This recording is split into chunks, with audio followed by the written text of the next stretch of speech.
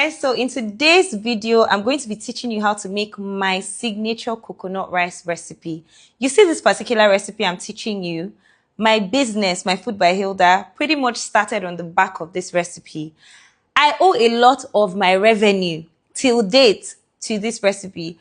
I have trained over 20,000 people with this recipe and it has been foolproof and it has been a hit every single time. So I promise you, whatever you've heard about coconut rice, throw it out the window. Watch this video, try this recipe, and you are going to come back and thank me. Without wasting any more time, let's get cooking. The first thing I'm going to teach you today very quickly is how to make your own homemade coconut milk, and I'm going to show you how to do this two ways. So we have, a regular grater here. I have my coconut that has already been taken out of the shell. Now you want to go, if you don't have a blender but you have access to this, you want to use the tiniest part of the grater and you are going to do this. So when I was growing up, this is actually how we used to prepare the coconuts for the coconut milk. It's a bit of a process, but this is how we used to do it growing up, okay? So when you do this, right, this is what you're going to have.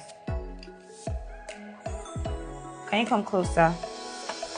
So you want to repeat this step until you've exhausted the entire coconut that you're making. The quantity of coconut depends on the quantity of rice you're trying to make.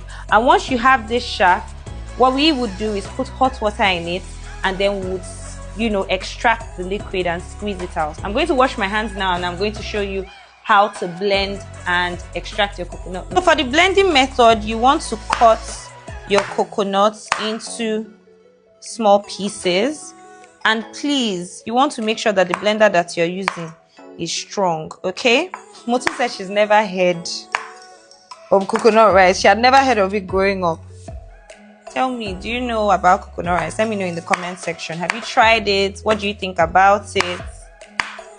I'm curious. I want to know.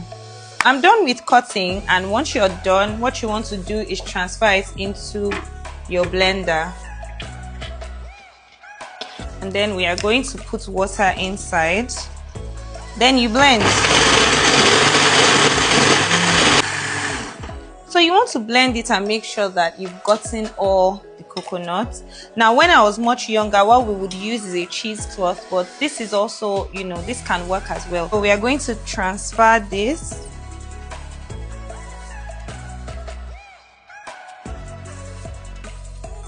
And at this point, my brothers and sisters, I expect you to squeeze this thing like you are squeezing life out of your enemies. You will squeeze it. You will squeeze it. Squeeze. You can also now take this shaft and put a little bit of hot water inside and repeat the process. Now, another way you can make your coconut milk quick is using a juicer. So if you have a very good quality juicer, you can cut it and then just run it through the juicer. It gives you the same, effect. Now, for those of us that are probably wondering, what if I want to make coconut oil? How do I do it? When we're much younger, what we'll do is just turn this extract into a pot and allow it to continue to cook until all the water completely evaporates, and what is going to be left inside is coconut oil. And you've made your coconut oil. If you have any questions, let me know in the comment section. Next thing we're going to do is make our goat flavored oil. And for that, I'm going to be using vegetable oil. Please, if you have coconut oil, you can make it or you can afford to buy it. Feel free to substitute this oil for your coconut oil. Okay. And while this is getting hot, I'm going to blend my pepper and onions. To make your goat oil, you're going to take some raw goat head, small goats, and you're going to fry it in it. So you are going to fry this until you can literally smell the goat, like until it's fried. Someone is probably wondering, like, why did you use the head? The reason why is because I'm trying to flavor this oil with the goat meat flavor, and I've said this to you before that the head is always stronger because of the brain. Like the flavor is more in the head than any other part of the body. So that is why I'm using the head of the goat. Please, don't be confused. Just stay with me. I promise you, if you do what I am doing, you will come back to thank me. Like at this point, you'll be able to smell it in your kitchen. Okay? Anytime you're cooking this, ask what you're saying. Say you're making Hilda's signature coconut rice recipe. Now we have some panla fish. I saw Kitchen Muse was asking why we're putting panla fish inside coconut rice. I'm frying it inside this oil because if I put it in the oil, it adds to the flavor. The absence of it does not mean that your coconut rice is not going to come out tasting great. Okay, so it's not compulsory. Meat is fried. My panla is quite, dried enough. I'm going to take it out. I have turkey bits that has been shredded. There are no bones inside. Remember I told you that we are building flavors here.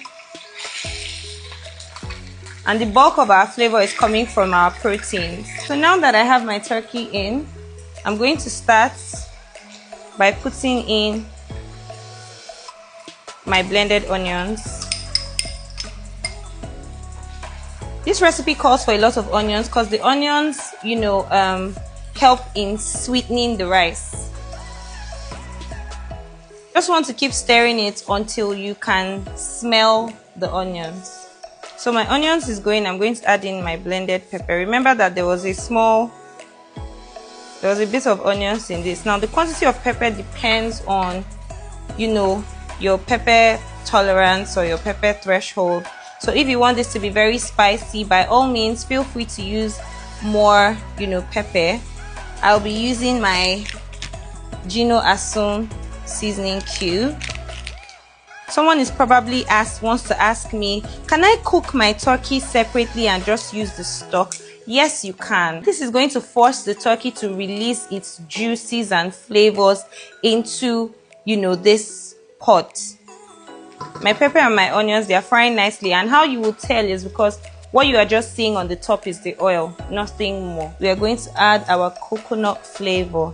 Now somebody wants to ask me, what is coconut flavor? Where can I get it? You can actually make yours yourself, or you can buy it from any baking section. So the kinds of the kinds of flavors that I use to bake cakes. There is a particular variant that I use, and I've used the same one for the last 5 years. This particular coconut flavor is perfect for cooking, so there are some that are not so great for cooking, but this particular one is perfect for cooking. Actually sold, somewhere in Lagos Island. I want you to take a look at, the quality of this sauce. Do you know that in this sauce now, you can actually just put your meat inside and you can use it to eat yam or anything.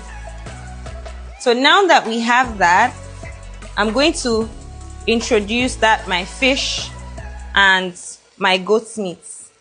They are marrying together. I'm also going to be adding in my washed rice. So I'm using basmati rice, but trust me, you can recreate this recipe with any kind of rice. And I want you to also pay attention to this video because I'm also going to be showing you how to cook your rice such that your rice does not come out soggy, okay?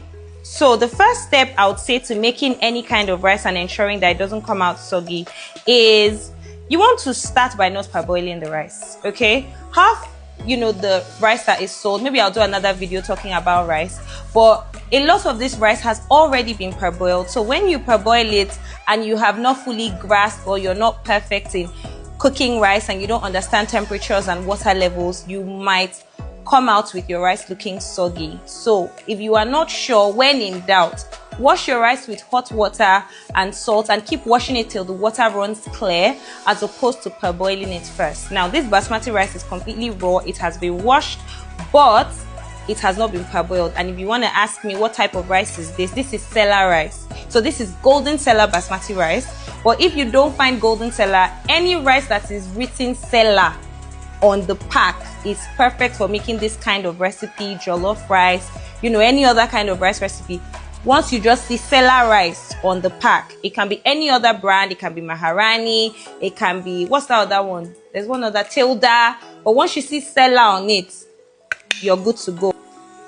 What I'm trying to achieve here is I want to fry my rice, which helps me to guarantee the texture, but also helps to improve the flavor. Do you need crayfish when you're making coconut rice? And the answer is it's optional. It depends on your personal preference. In this recipe, you can use crayfish or you can skip it. It depends on your personal preference. And when you're using crayfish to make this rice, you don't need too much. Honestly, a little goes a long way. Not a lot of it.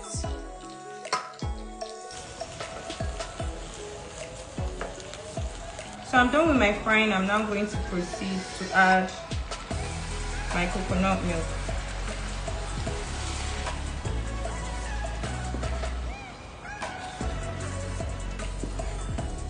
Let me tell you what.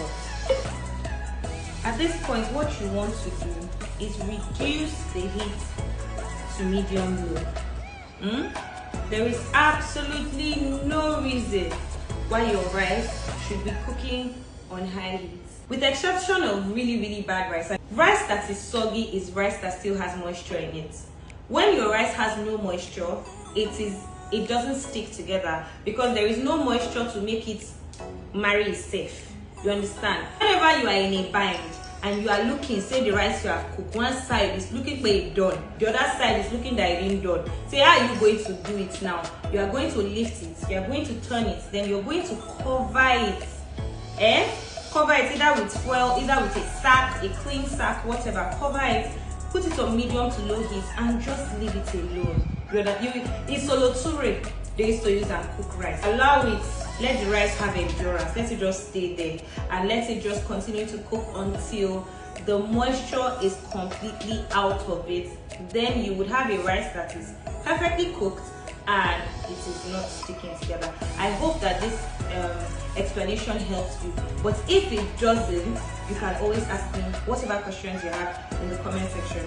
So as this is here, it's on medium to low heat. It's going to take it about 25 minutes for it to cook through. I'm going to come in and check on it and show you how to lift and turn, and the rest is going to be cooked. Okay, so it's been about 15 minutes and this is where we're at. And I just want to show you guys, when you want to turn your coconut rice or rice in general, what you're doing is you're just going to lift and turn. Okay, you lift and you turn. You don't need to do more than that. I'm now going to bring out my foil. Use that to trap as much heat into my rice as possible. So this is now going to stay here for another 12 to 15 minutes. It's been about 15 minutes or another 15 minutes, and I believe that my rice is ready, but we're about to be the judge. Oh, look at that. Tell me this is not perfection. And I want you to pay attention to the consistency of the rice. Can you see the texture?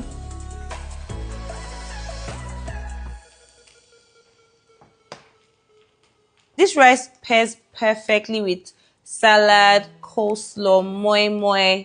These are things that you can pair this rice very nicely with. And anything that has a lot of pepper, so peppered fish, peppered chicken, peppered goat's meat, peppered turkey, perfect, pair for this. This is not Delta coconut rice at all. This is Hilda's signature coconut rice. So if you're curious to know what this tastes like, I've broken down the recipe to you and I've showed you every single thing you need to know. So try it and come back. In fact, we might even start a challenge. If you have any questions, feel free to let me know in the comment section and I'll be more than happy to answer your questions. Let me know what else you want me to show you how to make as well. Okay?